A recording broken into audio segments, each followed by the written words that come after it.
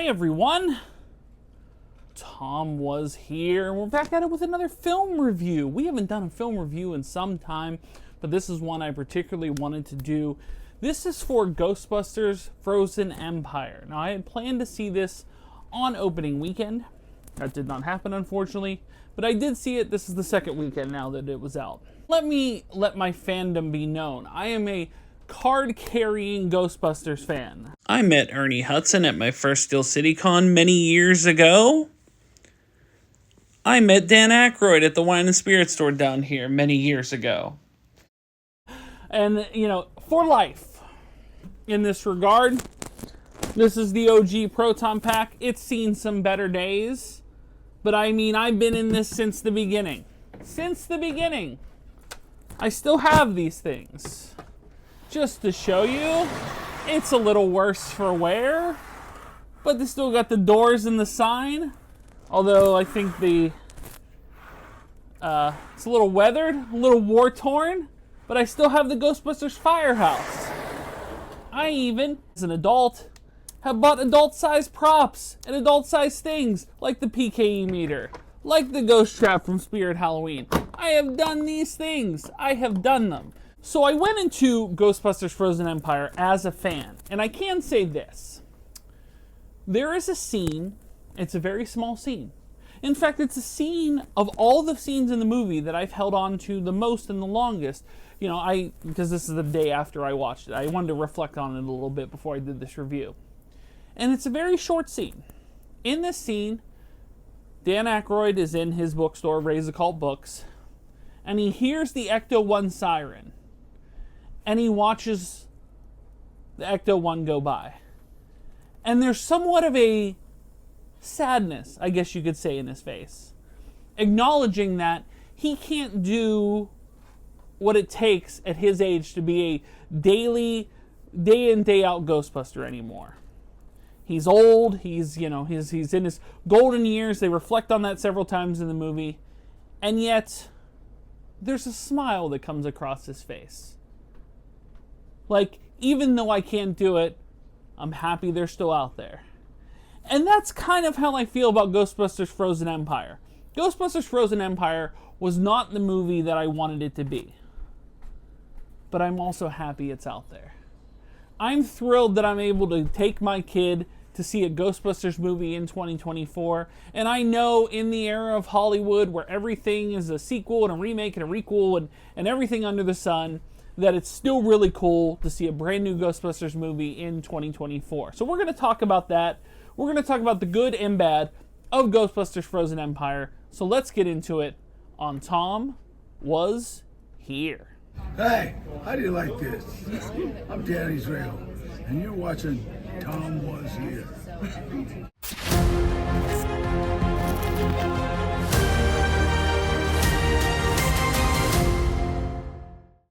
We're going to get into some spoilers of Frozen Empire. If you know me, you know I ramble a good bit and I go on to different tangents and thoughts and things. So I'm not going to break down exactly like the whole central plot of Frozen Empire, but it's very simple like this. So before I get into it, if there's any there's spoilers to be had. If you've already seen the movie, great. If you haven't seen the movie, maybe stop and come back later and watch it. But as far as this plot goes, it starts out in 1904, somewhere in that, 1904, 1907, 1908. I wasn't taking notes. Anywho, these firefighters go into to this adventurers club, and they walk into a room to find everybody completely frozen. It's this creature that was stuck in this orb, ended up getting stuck in this orb, and this orb has, this orb is almost like a jail for this creature, to protect it from the rest of the world. Cut to present day, and the Ghostbusters, the Spangler family, are out catching a ghost in a fun little action sequence. Man, I wish they had a few more of those in this movie. But, cool action sequence driving through New York City, and it's cool to see the Ghostbusters back in New York. As much as I liked Afterlife, the Oklahoma, the whole country setting was unique and different, but it wasn't exactly fighting ghosts in the city. So it was cool to have that. It was a fun little scene, and also like the infighting and Paul Rudd trying to figure out where he belongs in the family. Is he like the stepdad? Is they're not married, but is he like the stepdad to the kids? Kind of what his role is, and that did play a theme throughout the entire movie. Turns out they created a lot of damage, as per usual. It's the Ghostbusters after all, and they meet the mayor, who of course is Walter Peck, which is terrific. Don't get me wrong. William Atherton can be in everything until the end of time, and he's allowed. The man was in Die Hard and Ghostbusters, my two favorite movies, probably my two favorite movies of all time. He literally can appear in any movie he wants to, and I will allow it. But no, as Walter Peck, obviously great to see that character, and again, a perfect menace to the Ghostbusters, of course. But turns out the central hook of the movie came from the fact that he's decided that Phoebe Spangler, the main girl, Egon Spangler's granddaughter, was underage. She can't be a Ghostbuster, going around the city anymore. But what I'm trying to figure out is, and maybe this, but Walter Peck hated the Ghostbusters in the old movie, and yes, they did save the world a couple times, etc., but why would he let them go around anyway? I know he was trying to get rid of them, but like, what would prevent him from doing that as the mayor of the city at this point? He's not some like in the first Ghostbusters movie, he was what, the EPA? He has no say on what the mayor can do and can't do. This time he's the mayor, and he made it seem like, oh, you guys better not slip up again or you're done. No, he could literally go, you're done. So that I didn't understand, but that's okay. The minor nitpick. So with Phoebe sidelined, the rest of the family goes out in action a few different times. They don't show any of those times, unfortunately. And then she runs into a ghost girl that's roughly the same age, and that girl appears several times during the film. And kind of is central to the plot in this regard, and maybe central to the potential controversy in which some people gave Ghostbusters a worse score because of, even though I think that controversy is overblown. But more on that later. So, to make a long story short, Winston has this whole big thing of ghost things that they're working on, new gadgets and new ways to lock them up, and a new containment unit, because the containment unit in the firehouse is getting old and was already unstable based on other movies. It's just an unstable thing, so they're working on a very large, significantly larger containment unit, and that's great. And it's cool that in the first thing they had some cool gadgets, like obviously the gunner seat they introduced in Afterlife is cool, but then the ghost drone, and there's different gadgets that they're using as the evolution of the Ghostbusters, of course, which is cool. Like I said, I have no problem with any of this. So at one point, after she befriends the ghost, and the ghost, they get along, they go through this little cat and mouse chase type thing, they get along. There's a thing that doesn't really explain too well, that where Phoebe can turn herself into a ghost for 2 minutes, where she enters herself into this basically like lab equipment in Winston's lab, and she can turn herself into a ghost. And she does that, and of course the ghost girl betrays her, but not before it was implied. Okay, and then here's where the controversy lies in. It was implied, and I do feel it was implied. I do think that was the thing, that her and the ghost girl were going to kiss or show affection or whatever. And man, oh man, you keyboard warriors out there, you instantly, when you feel that there's something that you can't handle, that your minds can't handle, and blah, blah, blah, they're going to do this, or they're going to do that, or this is being forced into whatever. Was it implied that these two characters were, with Phoebe, look, they got closer and closer together. If you've seen any movie, you know kind of how this works. But yet, nothing happened. And you could say, well, the implication, that's why I bombed the reviews. And it's like, that's thin. It's paper thin. And I'll be honest, that, I don't have any opinion on, like that doesn't bother me. Maybe like it bothers some of you. But even if that was the case and it occurred, that's fine. But that's also left up into interpretation in this regard. The ghost girl ends up betraying her, and the other ghost puts a spell on her to chant the words to then unleash the ghost. The problem is that part occurred where the action started coming in, and this main new villain, which was really actually pretty cool, like a good villain, only occurred within probably the last half hour of the movie. Now I thought about that, I thought that through, and I was like, man, why didn't they stretch that out a little bit, or stretch out the whole premise of the Frozen Empire thing with New York under ice, and then they had to find a way to get him out. But really, it seems like I don't know the actual time frame in movie time, but the time frame in terms of this creature rising, this creature freezing New York City, the Ghostbusters stopping it, was over the course of about 20 minutes. In real time, maybe a few hours, but I thought about that and I was like, man, that's, do you think they would have been able to stretch that out a little bit more? But then I thought about Ghostbusters and Ghostbusters 2 and kind of the real heavy portions of that when they felt hope was lost.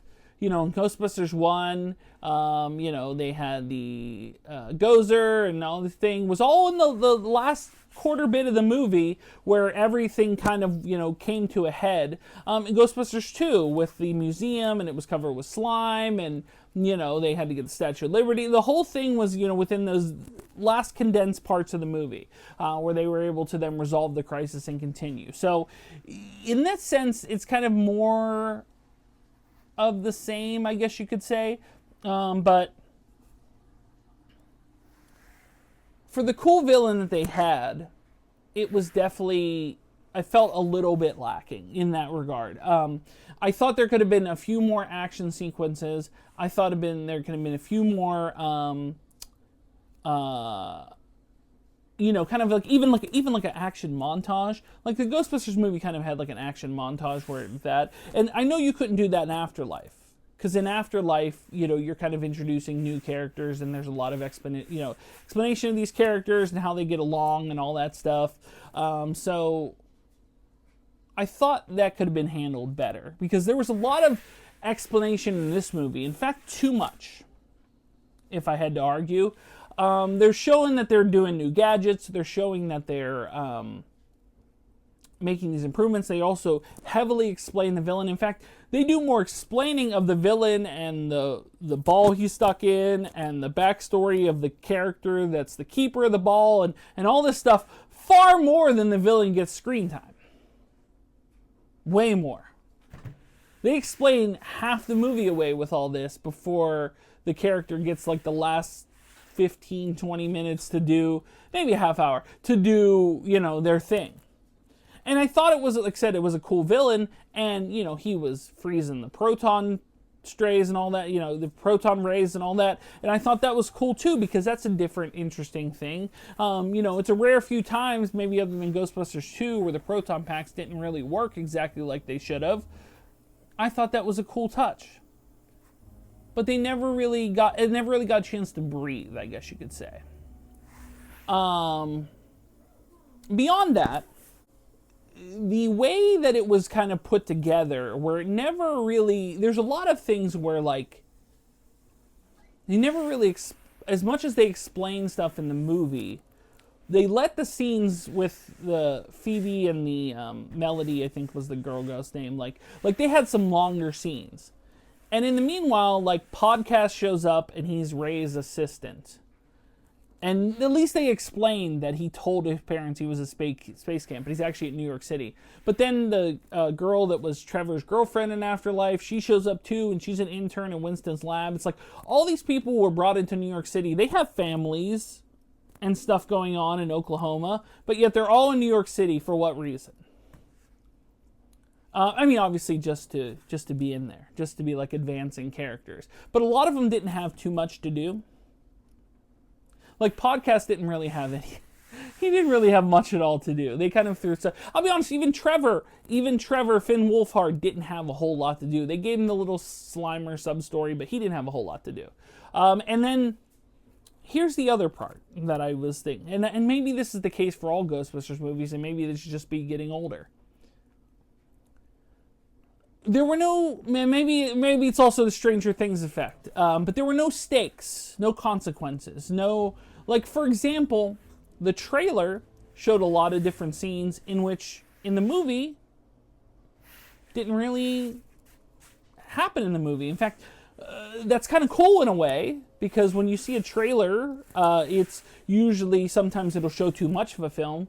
This part showed a couple things here and there, but it also didn't show, there were scenes and stuff like that that it showed that never really made the cut. In fact, there was a lot of different ones that never really made the cut. But the central core of the part I would say where there's no stakes, and I'll be honest, I'm terrible with names, but Trevor's girlfriend, the one that was Winston's assistant in the lab, when the monster got free, she's, pushed through the door, proton pack, proton pack didn't work, and then froze her. Now, so it froze her, you saw it in the trailer, like it froze her to her eyeballs. And then they explain in the trailer, Ray explaining in the library, the death chill, your veins, freeze. The last thing you see is your tear ducts frozen to death, basically saying like anybody that's frozen is going to die. And if you're based on the first part of the movie, this monster froze an entire room of people and killed them. Okay? You with me so far? Now, in this room was Phoebe, but she was in the machine, so she couldn't be accessed, I guess you could say. She has protection with the machine. But the other character got frozen to the point that you saw their eyeballs freeze, at least in the trailer. But in the movie, the next scene, they break in the lab and they find Phoebe there, and they find Trevor's girlfriend there, and she's has a towel around her. But beyond that, she's fine. There's nothing wrong. This monster was willing to freeze an entire city to death. But there was one character that stood between him and the door, and he froze her, and then she was fine. Right? They never explained why she was fine. They never explained what happened, how did she thaw out. Any of those things. At least not that I saw. So I need clarification on that, and that part bothered me, to be honest, because, alright, yes, I'll give you this. It's a Ghostbusters movie, it's a kid's movie. Even though the Ghostbusters movie, the original, was more adult, themed, adult, had some adult jokes and stuff like that, it was definitely, geared towards kids, but this one in particular is a kid's movie. How would they handle in a kid's movie killing off a character who was, she's probably in college now. As they said, she's interning, and Finn Wolfhard's Trevor character said he was 18. So, but could they have gotten away with killing off that character? No. What would have made more sense is to kill off the other character, the guy that worked in the lab with the glasses. That would have made tons of sense, because he was a new character, and there were some stakes because he worked with them, and he was their tech. But imagine he went through the door, and he did that, and then he got killed.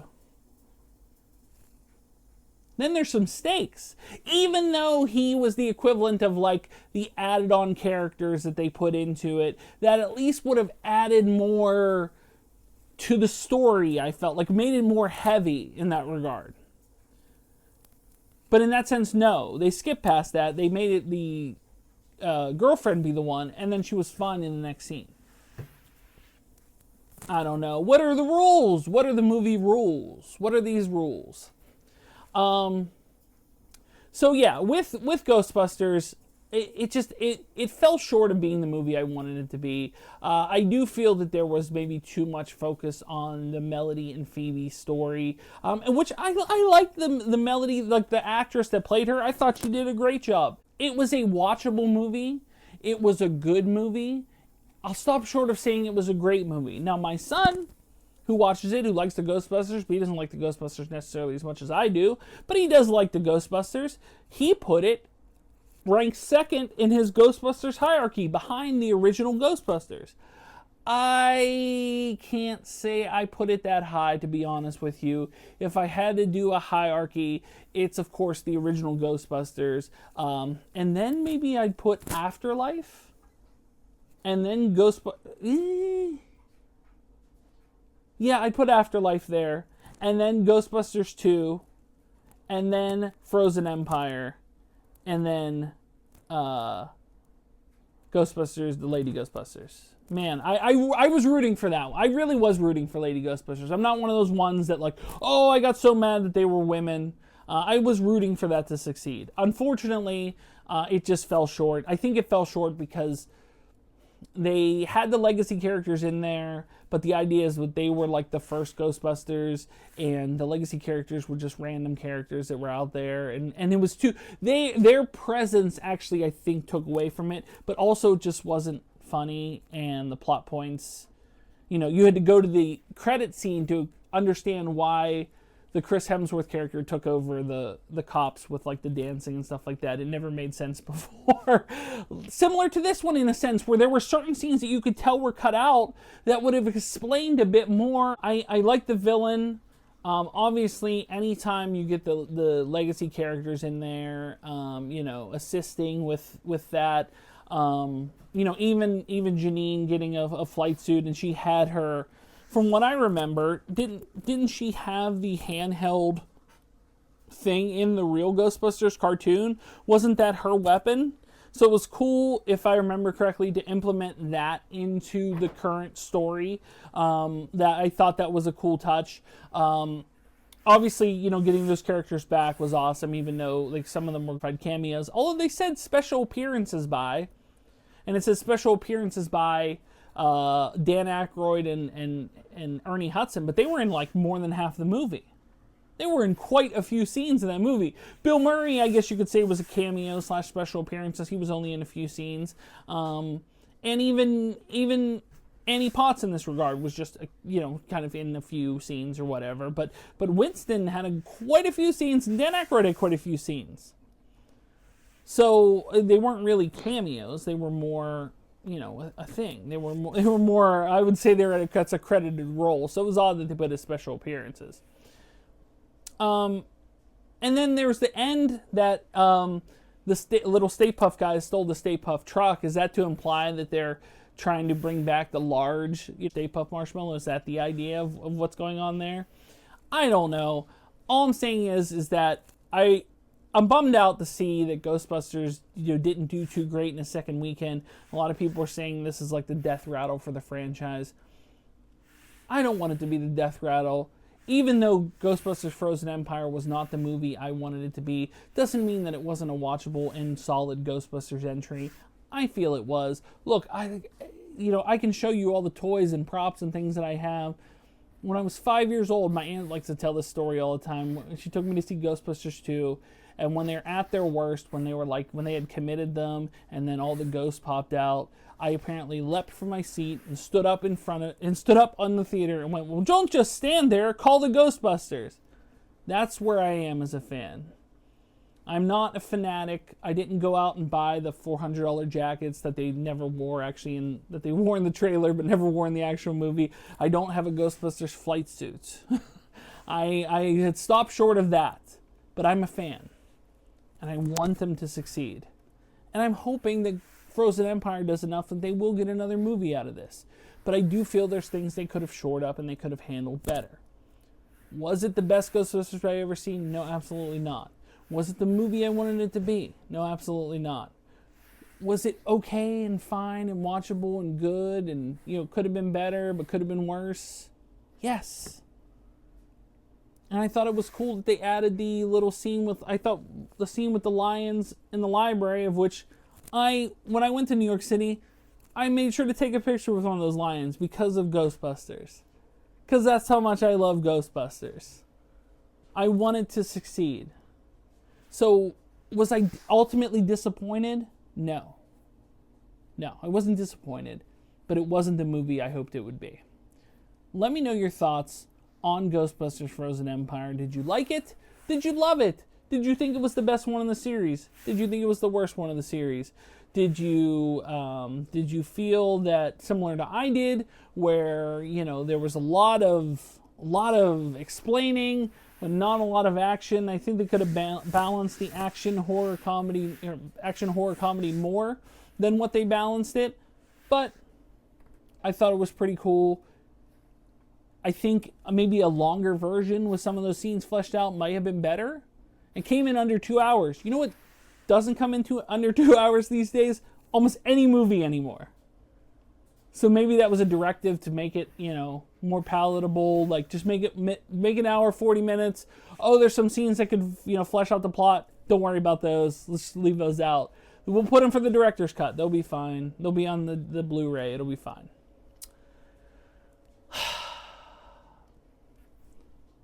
But yeah, let me know your thoughts on Ghostbusters, Frozen Empire. Thumbs up, thumbs down. Did you not hate it? Did you have any issues with, anything in there? I'd love to hear back from you. But guys, thanks so much for watching. If you are new here, make sure to like, share, and subscribe. If you'd like to support me on Patreon, like John Bailey, like Brett Persing, like Faye N, you can do so. Link is in the description below. If you'd like to buy a t-shirt, Tomwashere t-shirt, you can do so at Spreadshirt, as well as links to my eBay store, Facebook page, Instagram, TikTok, and the Pennsylvania Autograph Collectors Association. Links are in the description below. But when it comes to the next film review or the next video, I will see you soon. But until then, bye everyone.